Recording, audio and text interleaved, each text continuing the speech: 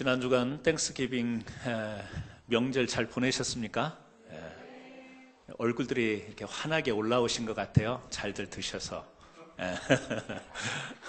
오늘 우리가 풍성한 하나님의 은혜로 다시 한번 축복의 시간 되기를 바랍니다. 오늘 본문 말씀 끝인사 이런 제목으로 여러분과 함께 의뢰를 나누겠습니다. 에베소서의 말씀을 우리가 1장부터 세밀하게 그렇게 살펴보지는 않았지만 우리가 주일날 계속 에베소서의 말씀을 나눴는데, 이제 오늘 그 에베소서의 마지막 23절과 24절, 6장 23절과 24절 말씀을 끝으로 이제 마치게 되는데, 마지막에는요 끝 인사예요. 그 앞에서 우리가 그 지난번에 6장 10절에서 그 마지막으로 당부하는 그런 내용을 저희들이 살펴봤고, 오늘은 그 마지막 당부의 끝을 맺는 끝 인사. 근데 그 끝 인사가 어떻게 되는가 그랬더니, 오늘 우리가 이 바울의 서신서를 보게 되면 굉장히 익숙한 그런 단어가, 이렇게 두 단어가 늘 항상 같이 다닙니다. 그게 바로 뭐냐면 은혜와 평강이라는 거예요. 우리가 성경을 보면 그런 부분이 많이 있습니다. 요한복음에 보게 되면 은혜와 진리, 이게 항상 같이 다녀요. 그리고 사도행전에 보게 되면 성령과 지혜, 이 단어가 자주 이렇게 발견되는 것을 볼 수 있는데, 이 바울이 쓴 이 서신서를 보게 되면 은혜와 평강, 이 단어는요 시작에서도 발견할 수 있고 마지막에서도 발견할 수 있고 그래요. 그래서 여러분들이 에베소서 그 1장 2절을 보게 되면 이 바울이 에베소 교회에 편지하면서 처음에 인사했던 내용이 1장 2절에 나오죠. 어떻게 나옵니까? 하나님 우리의 아버지와 주 예수 그리스도로부터 은혜와 평강이 너희에게 있을지어다, 이렇게 인사를 하고 있어요.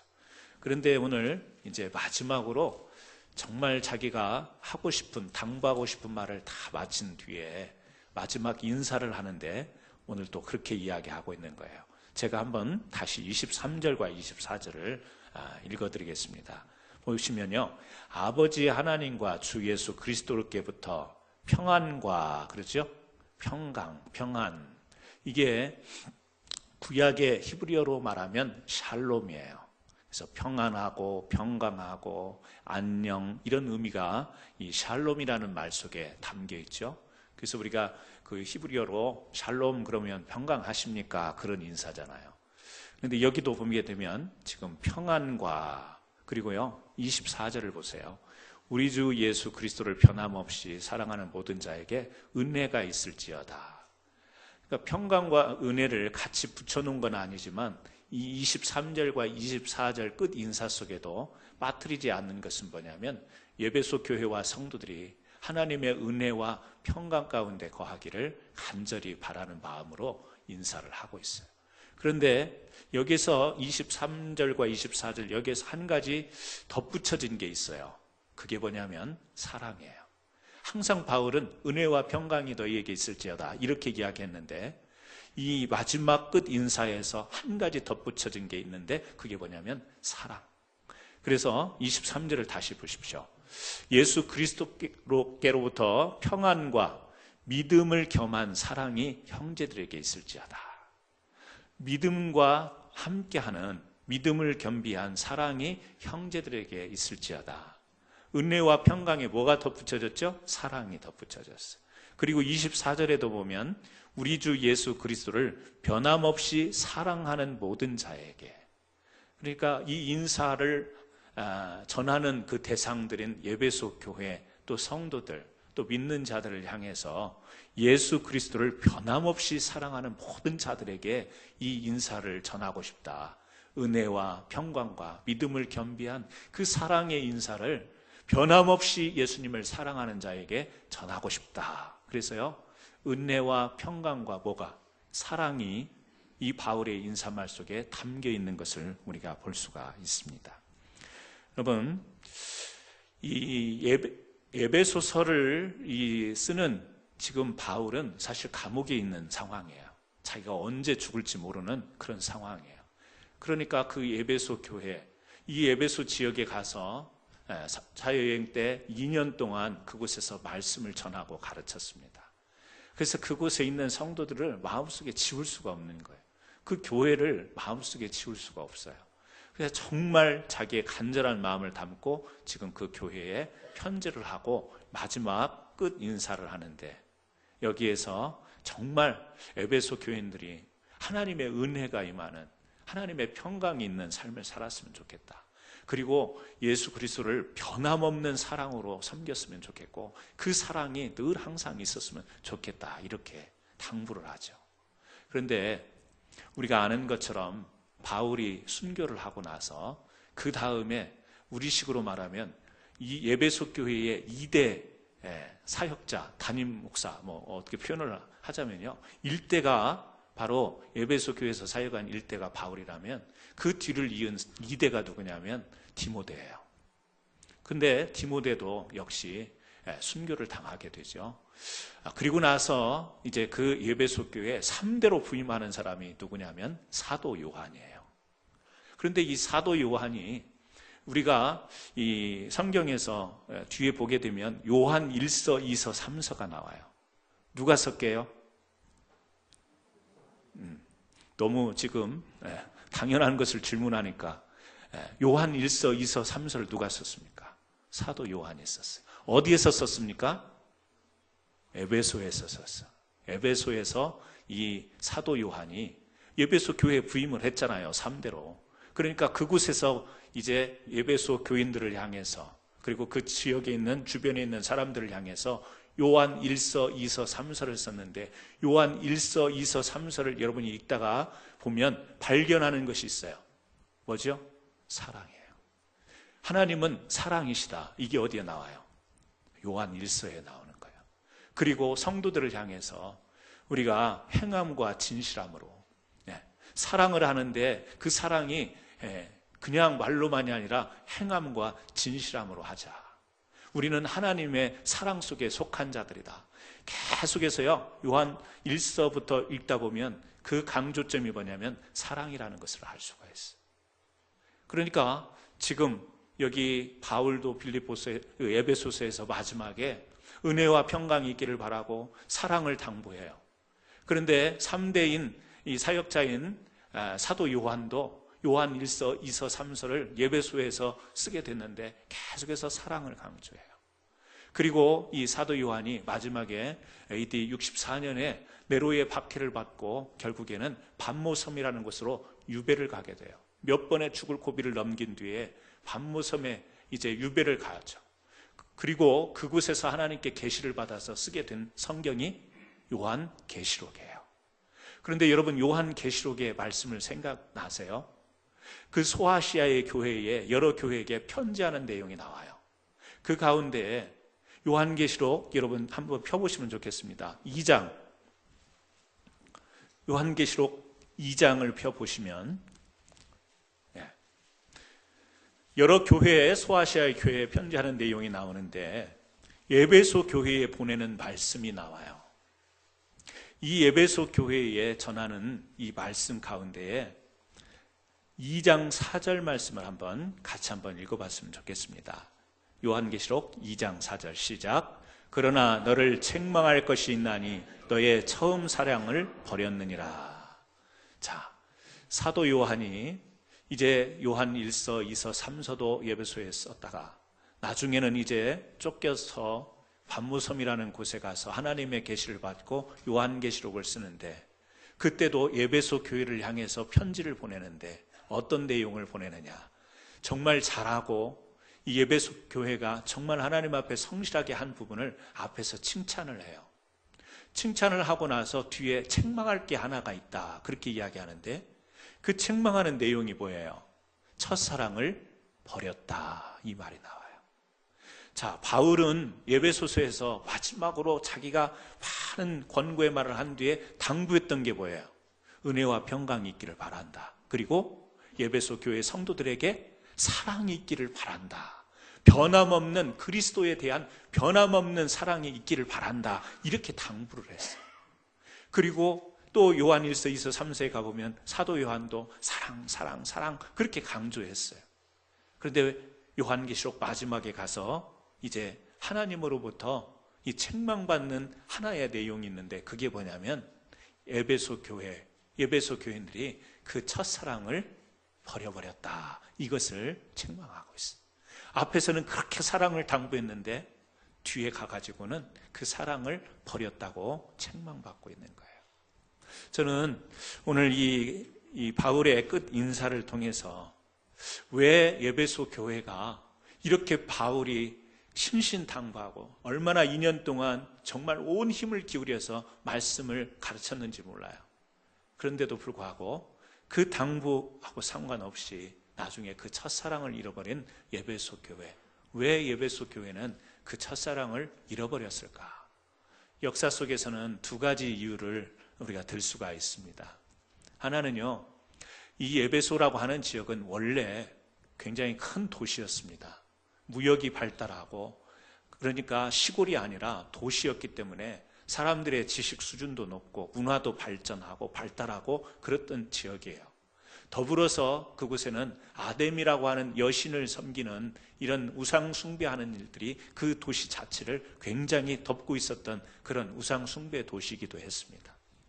그런데 그곳에 바울이 가서 복음을 전하는 거예요. 그러니까 우상이 득실하고 사람들의 지식이 아주 높은 그런 수준에 있는 이 도시 지역인데, 이런 상황 속에서 복음을 전하고 하나님의 말씀을 받아들인다는 것이 굉장히 거센 저항을 받는 그런 지역이었어요. 그러다 보니까 거기에 이단도 많이 있고 잘못된 영적인 흐름이 그 지역에 있었던 거예요. 그러니까 에베소 교회 안에서 이 바울은 얼마만큼 이 하나님의 말씀을 강하고, 또 이 바울이라고 하는 사람이 가말리엘 문화생이었잖아요. 율법 학자 밑에서 철저하게 말씀을 훈련받고 배웠던 사람이고, 또 이 바울은 지식이 상당한 사람이기 때문에 이 말씀을요 조리 있게 논리적으로 잘 가르치고 전한 거예요. 하지만 워낙 지역이 그런 지역이다 보니까 교회 안에 잘못된 이단들, 우상 숭배하는 자들, 잘못된 신을 섬기는 그런 사람들의 영향력이 교회까지 계속 밀고 들어오게 되는 거죠. 그래서 에베소 교회는 신경을 늘 곤두세우고 이 잘못된 가르침과 잘못된 교리와 우상 숭배하는 일이 교회에 침투하는 것을 늘 긴장하면서 막았어야 돼요. 다시 말하면 늘 끊임없이 복음으로 인한 논쟁을 벌여야 됐고, 이 복음을 변증해야 됐고, 이러다 보니까 굉장히 조심스럽고 누가 혹시라도 와서 잘못 가르치지 않는가, 거기에 교회가 많은 힘을 기울이다 보니까, 여러분 겪어보지만 우리가 말싸움하고 논쟁하면요 이 사람이 참 힘들어지는 거예요. 거기에 집중을 하니까 개개인이 하나님을 향해서 은혜로운 찬송과 깊이 있는 기도와 하나님의 부어주시는 그 영적인 그 사랑의 풍요로움을 많이 성도들이 누리면서 살아가야 되는데, 이 논쟁하고 또 교회 안에 침투해온 다른 세력이 없나 이것을 살피다 보니까 그 하나님의 깊은 사랑의 자리에 나가기가 쉽지 않았던 역사적인 환경을 가지고 있는 거죠. 그와 더불어서 AD 64년에는 네로 황제가 얼마나 많은 핍박을 가해오는지 모릅니다. 그래서 많은 사람들이 기록에 보면 에베소 지역에 한 70여 명이 끝까지 저항하다가 순교하는 일도 생기고, 순교하는 일을 봤던 성도들이 다 같은 마음으로 순교할 수 있는 믿음은 아니잖아요. 그것을 보니까 두렵고 움츠러들고, 그 신앙의 어떤 이 두려움, 신앙을 지켜간다라고 하는 이 두려움, 그러다 보니까 점차 말씀은 어떻게 해요? 철저히 배웠어요.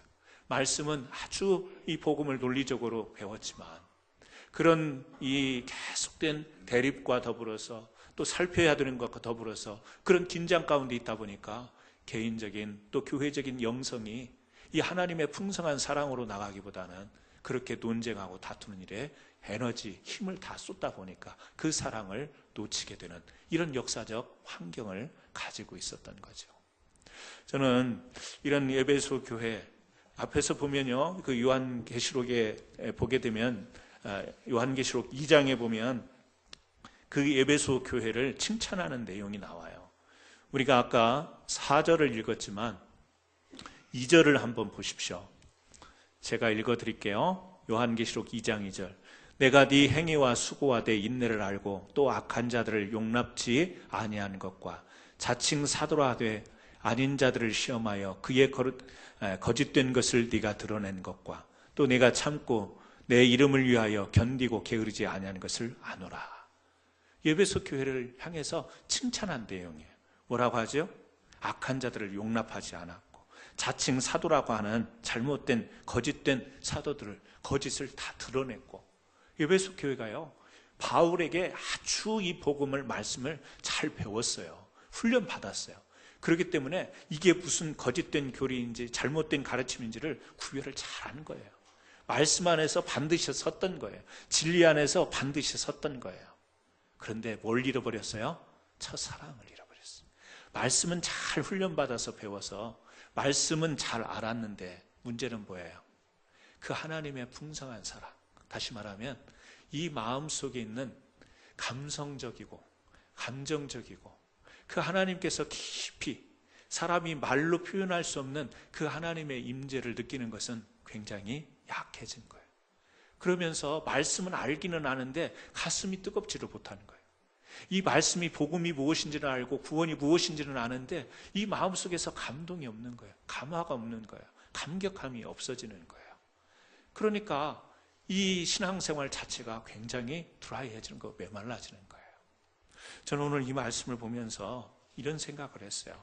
자, 에베소 교회는 우리가 아니고 이 에베소 교회를 향한 바울의 편지 에베소서 마지막 끝 인사를 보지만 우리에게도 해당되는 메시지일 수 있겠다.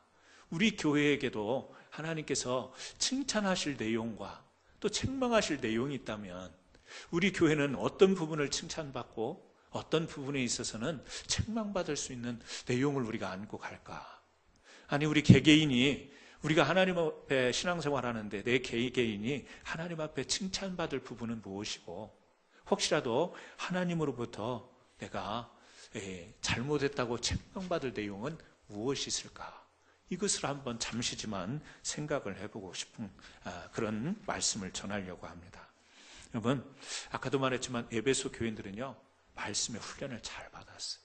그런데 그 하나님의 사랑, 이것이 뜨겁게 다가오지를 못한 그런 신앙생활을 계속하다 보니까 그 첫사랑이요 완전히 메말라버리는 이런 어려움을 겪습니다.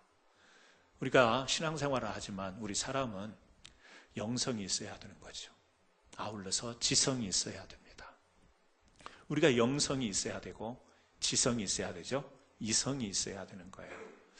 그런 것과 더불어서 우리 사람에게 또 필요한 것이 있다면 그것은 감성입니다.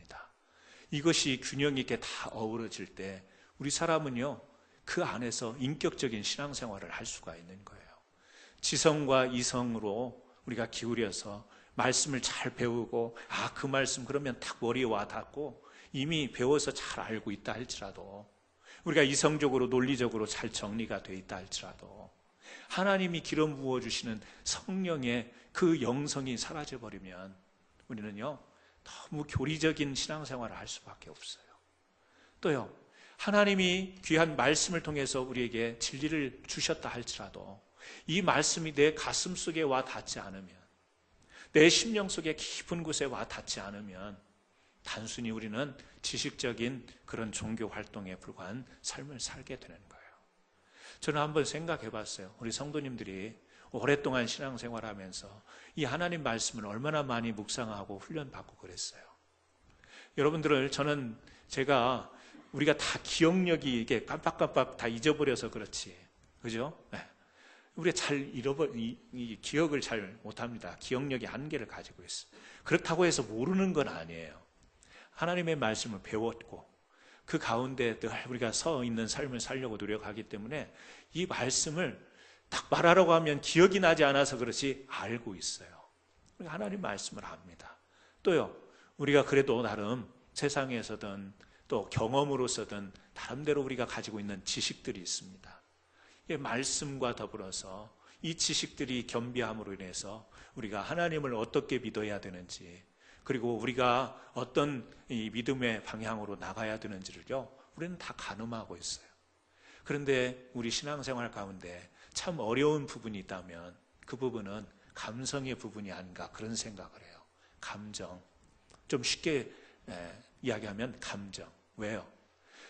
말씀을 잘 아는 오래된 성숙된 또 성장의 그 과정을 다 겪은 성도님들인데 간혹 시험 당하는 일을 봐요. 시험 드는 일을 보게 되면 그분이 말씀을 몰라서 시험 드는 경우 없습니다. 그분이 몰라서 지식이 없어서 시험 드는 거 별로 못 봤어요. 어떤 경우에 시험이 드느냐? 감정이 상할 때 시험이 드는 거예요. 진리의 말씀도 알고 하나님의 말씀도 알아요. 경험을 통해서도 배우고 익힌 게 많아요. 그런데 우리 신앙이 어디서 부딪히느냐? 이 안에 있는 감정이 부딪히게 되면 우리 신앙에 굉장히 어려운 타격이 온다라는 거예요. 여러분 실제 여러분들이 겪어본 바에 의하면 그렇지 않습니까? 내가 하나님 말씀 때문에 시험 드는 경우 별로 없죠. 초반에 신앙생활 할 때 말씀을 막 연구하려고 하고 반박하려고 하다가 그런 의문들, 질문들이 있을 수는 있지만 이제 신앙생활을 오랜 세월 동안 하신 여러분들에게는요, 말씀 때문에 시험 드는 경우 없어요. 또 우리들의 가지고 있는 많은 삶의 경륜으로 인해서 시험 드는 경우가 없습니다. 문제는 뭐냐면 순간순간 상황에 발생하는 이 감정의 문제를 내가 처리하지 못할 때 신앙에 어려움이 오는 거예요. 이 에베소 교회의 사람들이 진리의 말씀으로 얼마나 거짓된 사도들과 잘못된 가르침을 막아보려고 애를 썼어요. 그런데 그것을 계속 해보세요. 하루 이틀도 아니고. 예를 들어서 우리 교회 앞에 이단이 매주 와가지고 왔다 갔다 그러고 우리 성도들 만나고 하면 제가 그 신경이 평안하겠습니까? 신경이 곤두서겠습니까? 분명히 이단이 잘못된 사람인데 우리 교회 문 앞에 와가지고 자꾸 방해하고 교회 들어와서 예배 보는 척하고 성도들을 꿰려고 하고 이러면 제가요 거기 온통 신경이 곤두세워질 거예요. 그리고 저거 어떻게 하면 쫓아내지? 저거 어떻게 하면 못 들어오게 하지? 이런 생각으로 가득 찰 겁니다. 그러다 보면 우리 성도들과 함께 주님을 깊이 찬송하고 오늘도 우리에게 주시는 한량없는 은혜와 축복을 우리가 가슴 깊이 감동으로 하나님의 은혜를 받는데 주력할 수가 없는 거예요. 그렇듯이 에베소 교회에 이 사랑으로 풍성해야 될 에베소 교회와 성도들이 그걸 놓쳐버린 거예요. 잃어버린 거예요. 말씀은 철저했지만 그 상황이 그러지를 못하는 거예요. 여러분, 저는 우리가 그럴 수 있겠다 그런 생각을 가져요. 뭐야? 말씀은 알지만 우리 안에 있는 이 자꾸 뭔가의 이 방해와 뭔가의 삶 속에서 우리에게 가져다주는 그 무거움들이 우리 마음을 참 힘들게 할 때가 있잖아요. 하나님은 사랑의 하나님, 하나님은 나에게 은혜와 축복, 은총을 주시는 하나님이지만 내 삶 속에서 순간 부딪히는 일 때문에 내 마음이 상하고 감정이 상해. 이 감정을 다시 끌어올린다는 게 쉬운 일이 아니에요. 그러다 보니까 기도하는 것 같고 예배 드리는 것 같은데 늘 이 감정의 기복에 따라서 감정의 처리의 과정 속에서 하나님의 그 풍성한 은혜를 깊이 감사하고 찬양하고 그것을요 제대로 못하는 경우가 있어요. 그래서 저는 그런 생각을 하는 거예요. 이 말씀을 잘 훈련받고 배우는 것도 중요하고 영성도 너무 중요한 거지만 정말 놓쳐서 안 되는 게 있다면 그건 뭐냐면 그 하나님의 은혜를 우리가 유지하고 관리하는 이 감정을 잘 관리해야만 풍성한 하나님의 사랑에 거할 수 있겠다. 내 마음이 속상하고요, 내 마음이 지치면 다른 사람을 기쁘게 해줄 수가 없는 거예요. 다른 사람에게 친절을 할 수가 없어요. 내가 감정이 안 좋은데 내 감정이 지금 굉장히 힘든데 다른 사람에게 어떻게 축복을 전하며 다른 사람에게 웃음으로 대하며 다른 사람에게 어떻게 이렇게 많은 사랑을 다시 그렇게 하나님의 사랑으로 대할 수 있겠어요? 영성도 중요하고 지성도 중요하지만 정말 중요한 것 중에 하나가 우리들의 감성이구나. 신앙을 감정적으로 하지 마세요. 신앙을 감정적으로 그 순간 뜨거워졌다가 순간 식어지는 이런 신앙을 지향해야 됩니다. 말은 하는데 그 가운데서도 중요한 게요, 그럼에도 불구하고 우리가 무시해서는 안 되는 게 뭐냐면 우리들의 감성이에요. 감정. 여러분 한번 생각해 보세요. 여러분이 언제 신앙생활이 힘들던가요? 문제가 있을 때? 근데요, 문제가 아니라 그 문제를 어떻게 해석하느냐에 따라서 그 문제 속에서도 감사하는 사람이 있어요. 그 문제 속에서도 하나님을 깊이 더 깨닫고 하나님의 사랑으로 들어가는 사람이 있어요. 문제가 문제이기보다는 그 문제를 어떻게 바라보며 해석하는가, 그래서 자기의 마음을 어떻게 추스리는가가 실제 더 중요한 거예요. 그러니까 문제가 있어서 내 마음이 힘들고 내 신앙생활이 힘들어요. 우리는 이런 이야기를 할 때가 많았어요. 목사님, 왜 이런 일이 우리 집안에 일어날까요? 왜 우리 자녀에게 이런 일이 일어나서? 그러면서 기도할 힘도 잃어버려요. 주님 앞에 나와 정상적으로 늘 예배 드리던 사람이 예배도 빠져요. 심지어는 나중에 보면 교회도 떠나요. 왜? 말씀을 몰라서? 진리를 몰라서? 구원의 이 복음을 몰라서? 아니에요. 알아요. 아는데 왜 그래요? 아는데 왜 믿음에서 뒷걸음질 쳐요? 아는데 왜 신앙생활에 시험이 들어요? 아는데 왜 교회를 떠나게 돼요? 마음, 이 감정이 안 된다라는 거예요. 속상하다라는 거예요. 하나님, 너무 내 마음이 힘들어서 지금은 그냥 찬송할 힘도 없고 예배드리고 싶은 마음도 없고 사람들하고 말하는 것도 하나님, 그 감정이 안 돼요. 그 기분이 아니에요. 감정의 문제입니다. 저는 우리 사랑하는 성도님들이 오늘 예배소 교회를 저는 보다가 이 부분을 생각하게 된 거예요. 아, 진리 안에 그렇게 반드시 서고 얼마나 진리를 지키려고 노력했던 교회인데 첫사랑을 잃어버리는 이 실수를 했을까? 볼 때 너무 이 말씀으로 이 대립되는 상황을 교회가 지키고 극복하려고 하다 보니까 이 마음속에 있는 하나님의 사랑에 대한 깊이 그 감동과 감격을 놓쳐버렸을 때 그들은요 사랑을 놓치게 된 거예요. 저는 우리 사랑하는 성도님들 오늘 얼마나 우리가 하나님의 말씀을 사모하고 이 말씀에 순종하려고 노력하십니까? 저는 그게 바로 칭찬받아야 할 내용이에요. 하지만 오늘 이렇게 말씀을 보면서 말씀을 지키고 영성을 잘 지키고 지식을 잘 지키지만 우리의 이 마음과 감정을 잘 지켜야 하나님의 그 사랑이 느껴지고 내가 그 사랑 안으로 들어가고 그 사랑을 실천하며 살아갈 수 있는 너무 소중한 부분이구나. 여러분의 감성을 잘 붙드시는 주의 역사가 있기를 주의 이름으로 축원합니다. 너무 중요한 것 같아요. 너무 중요해요. 말씀을 잘 전하려고 하다가 설교 직전에 누구하고 부딪힌 눈빛 하나 때문에 마음속에 감정이 상해가지고 목회자들이요 설교를 제대로 못하는 경우도 있어요. 말씀을 잘 듣고 이게 하나님의 말씀이라고 은혜 받고 일어서서 예배 축도 바치고 돌아가다가 예배당 입구에서 부딪힌 어느 집사님의 눈빛 때문에 내 감정이 딱 상해가지고 그날 하루 종일 마음이 뒤숭숭하고 저녁에 잠이 안 오고 왜 내가 저런 사람에게 저런 눈빛을 받아야지 막 원수가 되고 다음 주에 만나기만 해봐라 내가 2배로 강렬한 눈빛으로 갚아줄 거야 막 이러고 우리 마음에요 은혜 받았음에도 말씀을 깨달았음에도 불구하고 작은 일 하나 때문에 우리 감정이 상하면 신앙생활의 사랑을 잃어버리는 거예요. 너무 중요한 거 너무 그렇다 저는 그렇게 생각합니다. 그렇지 않으세요? 그래서요 여러분 하나님 우리에게 성령 충만한 은혜 주세요. 기도해야 됩니다. 이 말씀이 잘 이해되고 해석되는 은혜를 주옵소서 기도하셔야 돼요. 아울러서 정말 중요한 기도가 있다면 말씀과 진리와 하나님의 영의 역사가 내 감정을 잘 다스리게 하여 주옵소서. 세상에서도 감정대로 사는 사람은 세상에서 존경받지 못하잖아요. 내 기분과 감정대로 사는 사람을 우리가 성숙한 사람이라고 이야기할 수가 없습니다. 감정을 때로는 지성으로 컨트롤하고 이성으로 컨트롤해서 균형 있게 살아가는 사람을 우리가 존경하게 돼 있죠. 그런데 우리가 조그만한 일 때문에 우리의 존재 되시고 우리의 만물을 주신 그 하나님, 다스리게 하시고 이 모든 것을 누리게 하신 그 하나님 앞에 조그만 문제 때문에 마음이 속상해서 마음이 감정이 상해서 그냥 신앙도 던져버릴 것 같고 신앙도 다 뒤집을 것 같은 그런 우리가 실수를 범하잖아요. 나 이제 우리 이런 말 많이 들어요. 나 이제 신앙도 필요 없고 누구도 필요 없고 막 이런 마음이 들 때가 있어요. 여러분 하나님께 기도하여 하나님 작은 일로 인하여 우리의 신앙이 감정에 치우치거나 아니면 또 감정이 메말라 버리는 신앙이 되지 않도록 인도하옵소서.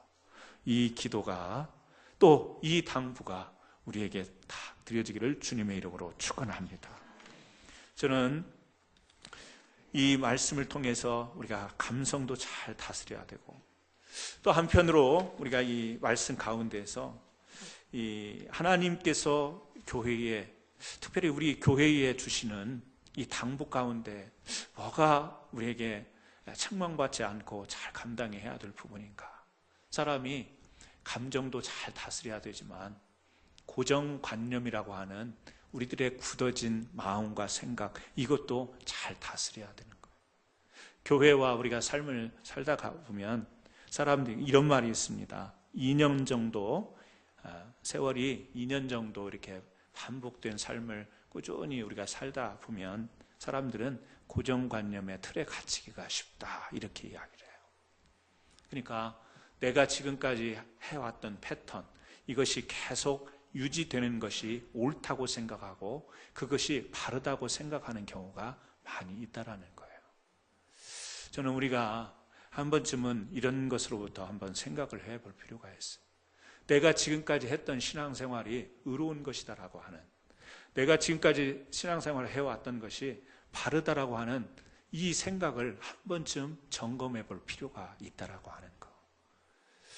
늘 그냥 사람들이 인정하는 신앙생활, 나는 그리스도인이야, 나는 캔사스 한인 장로 교인으로서, 나는 직분자로서 이렇게 나는 오랫동안 신앙생활을 유지해왔고 이 패턴을 유지하면서 신앙생활을 신실하게 하고 있지. 그런데 여러분, 나중에 혹시 이 부분에 문제는 없을까? 늘 우리는 우리 자신을 살필 필요가 있는 것. 교회도 그렇고 가정도 마찬가지고 우리 개인도 마찬가지라고 생각을 합니다. 고정된 그 틀 안에서 그것이 맞다고 생각하는. 그래서 오늘 하나님께서 상황과 시대는 너무 급변하는 가운데서 우리들을 향해서 주시는 하나님의 그 기대함과 원하시는 바가 있는데 그 모든 것을 다 차단시키고 내가 지금까지 이렇게 해왔기 때문에 앞으로도 이렇게 하는 것이 평탄하고 평안하고 하나님이 주신 은혜에 합당한 삶을 사는 거야. 그것을 우리는 은혜와 평강이라고 생각할 수 있는 오류를 가질 수 있다는 거죠. 사랑하는 성도 여러분, 저는 우리가 이러한 실수에 빠지지 않기를 바랍니다. 오늘 우리에게 주시는 새로운 메시지가 있고요, 오늘 하나님께서 우리 마음속에 주시는 감동이 있어요. 이것은 감성의 문제가 아니요, 이것은 단순한 지성의 문제가 아니요, 단순한 영적인 것으로 말하기는 어려운 부분, 다 복합되어서. 그래서 우리가 하나님께 묵묵히 기도하다 보면 하나님이 새로운 마음을 일으켜 줄 때가 있어요. 어떤 때가 있습니까? 좀 누구에게 가서 이 하나님의 사랑을 좀 전해라. 네가 좀 섬기는 자세로, 네가 좀 희생하는 자세로, 네가 좀 가서 적극적으로 누구를 향해서 다가가라. 기도하게 하시고 실천하게 하시는 하나님이 우리의 마음속에 성령을 통해서 우리의 감성과 감정과 다 더불어서 일으켜주시는 그런 것들이 있어요. 사람하고 부딪히기 싫고 내가 괜한 일 해가지고 나중에 안 좋은 이야기 듣는 것도 나중 생각하면 차라리 나서지 않는 게 좋아. 이게 뭐죠? 우리들의 살아왔던 패턴들이에요. 그냥 내가 하나님 앞에 이렇게 말씀 중심으로, 기도 중심으로, 예배 중심으로 살아도 내 신앙생활을 나는 건강하게 잘 유지한다고 나는 그렇게 지금 열심히 하고 있으니까.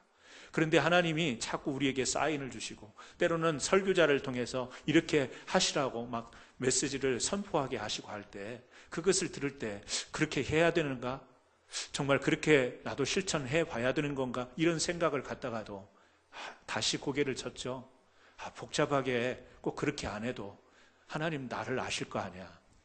내가 꼭 그렇게 나서지 않더라도 누군가가 그 일을 할 텐데 괜히 내가 옛날처럼 나섰다가 된통당한 그 경험을 기억하면서 그러지 말아야지.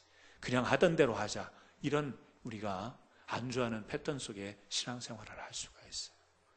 여러분, 거기에 저는 하나님의 놀라운 사랑의 생명력이 나타날 수 없다고 생각합니다. 하나님은요, 오늘을 새롭게 하시는 하나님이세요.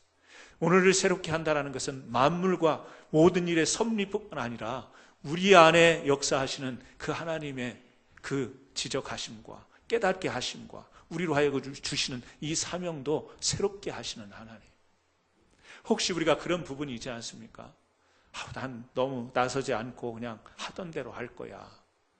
교회도 하던 대로 지금까지 교회가 평안했고 하나님의 은혜까지 여기 왔으니까 말 그대로 은혜와 평강이 넘치는 우리 캔사스 한인 장로교회니까 복잡한 거 하지 말고, 복잡하게 어렵게 하지 말고 이렇게 꾸준히 유지해 갑시다. 좋을 수 있지만, 칭찬이 될 수 있지만, 요한계시록의 시점에 가면 그것이 교회를 향한 책망이 될 수도 있다는 사실을 우리는 한 번쯤 상기해 볼 필요가 있는 거예요. 그래서 우리가 끊임없이 하나님 앞에 기도하고 엎드리고, 하나님의 말씀이 동일한 말씀이지만 이 말씀 속에서 새롭게 주시는 주님의 그 말씀에 귀를 기울여야 되는 것은, 우리들의 평안한 패턴이 잘하고 있는 것은 아니다.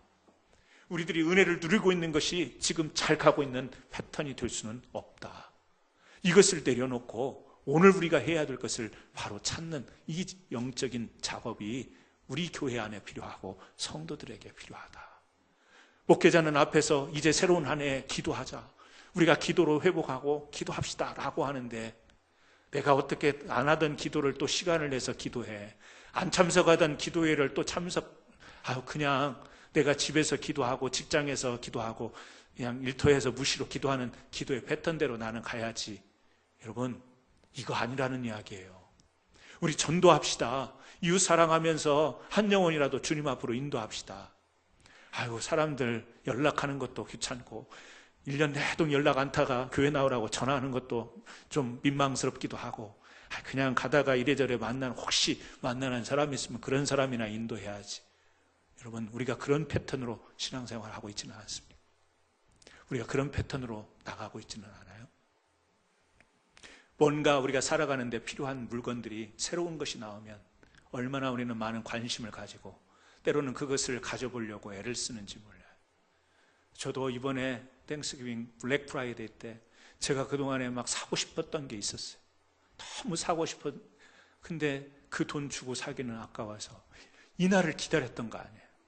이날을 기다렸다가 저녁 8시에 문을 연다는데 우리 장로님 댁을 방문하고 시간을 보니까 8시 넘었어요.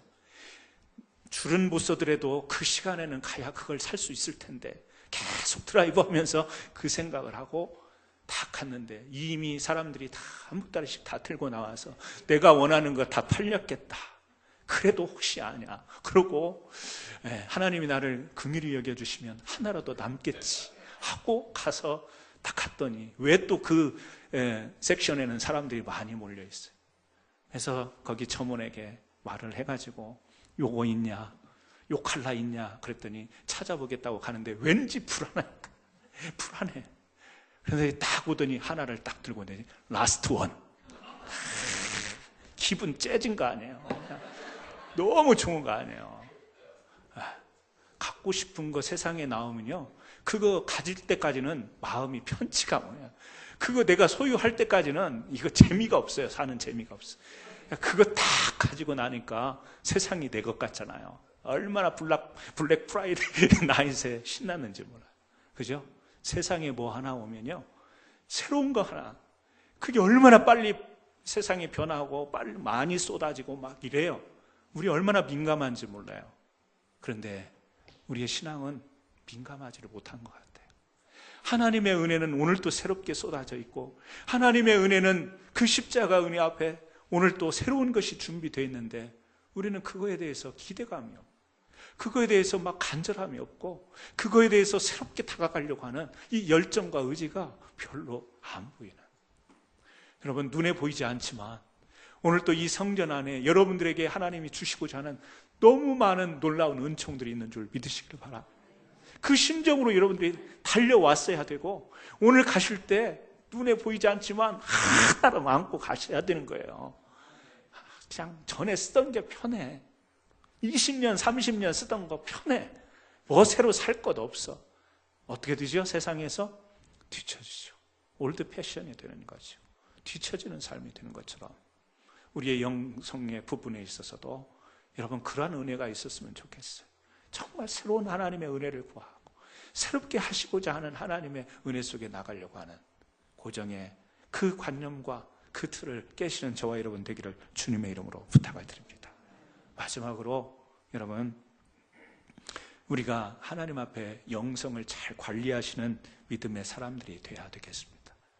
바울은 에베소 교회에 은혜와 평강이 너에게 있을지어다 이렇게 인사를 하고 있지만, 이 말을 조금 풀어서 이야기하면 영성을 잘 관리해 유지해 나가라. 그런 말이 될 수 있어요. 영성이라는 게 뭐죠? 영성이라고 하는 것은 쉽게 말하면 사모하는 하나님을 닮아가는 것, 이것이 영성입니다. 하나님을 닮아가려고 노력하는 것. 우리는 이미 하나님의 형상대로 지음을 받았지만 영적인 부분에 있어서는 우리가 그 하나님으로부터 멀어진 죄의 문제가 있어서 다시금 이 하나님의 형상으로 달려나가는 노력이 필요한데, 그게 뭐냐면 영성이라고 하는 거예요. 저는 우리 성도님들이 어떠한 삶 속에서 이 영성의 삶을 잘 유지했으면 좋겠어요. 교회에서는 영성의 삶이 잘 돼요. 왜? 오늘 이 순간에도 우리는 예배하고 있잖아요.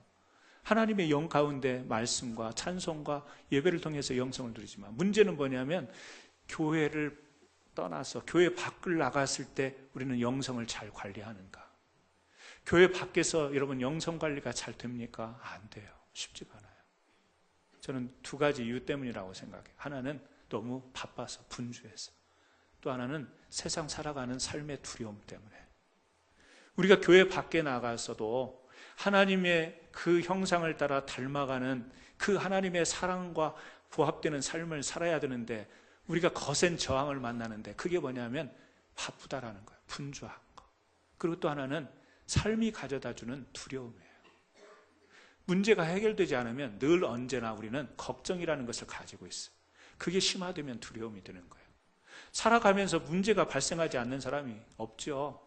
그런데 그 문제를 언젠가는 다 해결하고 나가지만 그 문제 앞에서 사람들은 덜컥 걱정하게 되는, 그래서 두려움이 커지게 돼서 나중에는요, 거기에 신경 쓰다 보면 하나님을 찬양하고 하나님의 사랑을 세상 속에서 실천하는 삶을 살기가 쉽지가 않아요. 그리고 너무 바빠요, 현대인들은. 거기에다가 이놈의 스마트폰까지 나와가지고 앉으나 서나 이것을 눈을 떼지 못하는 이 환경, 문화 환경의 요인도 무시 못하는, 말씀 묵상하고 기도해야 되고 좀 사람이 모든 것을 내려놔야 눈의 피로도 덜해지고 머리도 좀 식혀지고 그러는데, 항시도 눈을 뗄 수 없는 것이 우리 앞에 있잖아요. 바빠요. 사람들이 너무 분주해요. 그러다 보니까 교회에서는 예배하고 기도하고 교회를 떠나면 너무 바빠요. 또 문제에 휩쓰여서 그 문제를 해결하려고 매달리다 보면 걱정, 근심, 두려움 속에 하나님의 사랑을 교회 안에서는 실천하지만 교회 밖에 나가면 그걸 실천하기가 어려워요. 그래서 예수 믿는 사람들이 세상에 나가서 빛과 소금이 되자고 하는데, 세상에 나가서 나 자신 챙기기도 힘들다니까요. 내 자신 영성 관리하는 것도 힘들어요. 바빠 죽겠는데, 또 그리고 생긴 문제 해결해야 되는데. 여러분, 그러다 보면 하나님이 말한 사랑은 우리에게 머무르는 사랑이 아니라 우리를 통해서 흘러가는 사랑을 말씀하시는 거예요. 그래서 우리가 어떻게 해요? 세상의 그늘진 곳에, 어두운 곳에 가서 하나님의 사랑을, 하나님의 형상을 닮은 우리들이 실천하고 전해야 되는 거예요. 교회는 이 고민을 해야 돼요. 교회 안에서의 문제만 가지고 고민하면 안 되고요. 이 교회 밖에 나가서 우리 사랑하는 성도들이 어떤 하나님의 사랑을 실천할 건가를 우리는 정말 진지하게 고민해야 돼요. 그런데 그 고민을 못하는 교회들이 많습니다. 그 교회 안에 있는 문제에만 매달려서 그 교회 안에 있는 사랑의 그 하나님의 은혜를 감당하는 것조차도 쉽지가 않은 거예요. 그 안에서도 못하는데 밖에 나가서 무슨 하나님의 사랑을 실천할 수 있겠어요? 근데 저는 우리 캔사스 한인장로교회 모든 성도님들에게 당부를 드리고 싶어요. 우리가 하나님의 사랑을 입은 것은 교회 벽을 넘어서 이 세상에 나가서 분명히 그 사랑을 전하는 사명을 가지고 있어야 된다. 그 사랑을 우리가 전할 수 있는 전략도 필요하고, 우리가 그런 마인드가 필요하고, 우리가 그런 행동, 실천이 필요하다. 저는 그렇게 생각합니다. 그러기 위해서 필요한 게 뭐냐면 영성을 잘 관리해야 되는 거예요. 우리들의 영성. 그 영성은 교회 안에서의 영성만이 아니라 집에서, 일터에서, 여러분 너무 바쁘다고 하는데 그 바쁜 것은 정말 바쁜 것이 나에게 다가온 게 아니라 내가 내 삶을 그렇게 만들기 때문에 바쁜 거예요. 바빠. 무슨 말만 하면 바빠 하는데 가만히 따져보세요. 그 바쁜 것은 다가와서 바쁜 게 아니에요. 내가 그렇게 바쁜 것을 만든 거죠. 좀 여러분 분주함을 좀 정리를 하시면서 그 안에서 어떻게 하면 이 하나님의 사랑을 내가 실천하면서 살 수 있을까? 누구에게 한번 교회 밖에 이 교회를 떠나서 누군가를 찾아가서 기도해 줄 수 있고, 누군가에게 다가가서 위로해 줄 수 있고, 누군가를 섬길 수 있는, 여러분, 그 분주하다고 하는 속에서 그 사랑을 회복하고 실천할 수 있는 그 역량을요, 우리가 가져야 된다고 생각해요. 뿐만 아니라 삶 속에 너무 문제, 하나님의 말씀은 그렇게 잘 아시잖아요. 아무것도 염려하지 말고 하나님께 기도와 간구로 감사함으로 아뢰라고 했는데, 문제에 빠져서 그 문제가 해결될 때까지는 교회를 못해요. 사역도 못해요. 기도도 못해요. 왜 그런 영성으로 살아가시냐는 거죠. 사랑하는 성도 여러분, 오늘 에베소 교회를 향해서 바울이 은혜와 평강이 있을지어다, 그리고 변함없는 그리스도에 대한 사랑으로 그 사랑이 형제들에게 있기를 당부했습니다. 저는 오늘 이 말씀을 보면서 우리 교회를 향한 하나님의 당부를 들었으면 참 좋겠어요. 뭐죠? 첫째는 여러분들의 감성의 부분을 잘 관리를 하시기 바랍니다. 그리고 또한 여러분의 영성을 잘 관리를 하시기를 바랍니다. 교회에서만 이루어지는 감정과 교회에서만 이루어지는 영성이 아니라 이제는 교회 밖을 넘어서서 우리가 정말 가야 될 곳에, 우리가 섬겨야 될 곳에서 우리들의 감성, 우리들의 영성, 우리들의 지성이 다 균형 있게 발휘되어서 하나님의 나라는 사랑이고 하나님은 사랑이시다, 그 사랑 안에 거하는 우리들이 사랑으로 살아갈 수 있기를 주님의 이름으로 축원합니다. 기도하십니다. 하나님 아버지,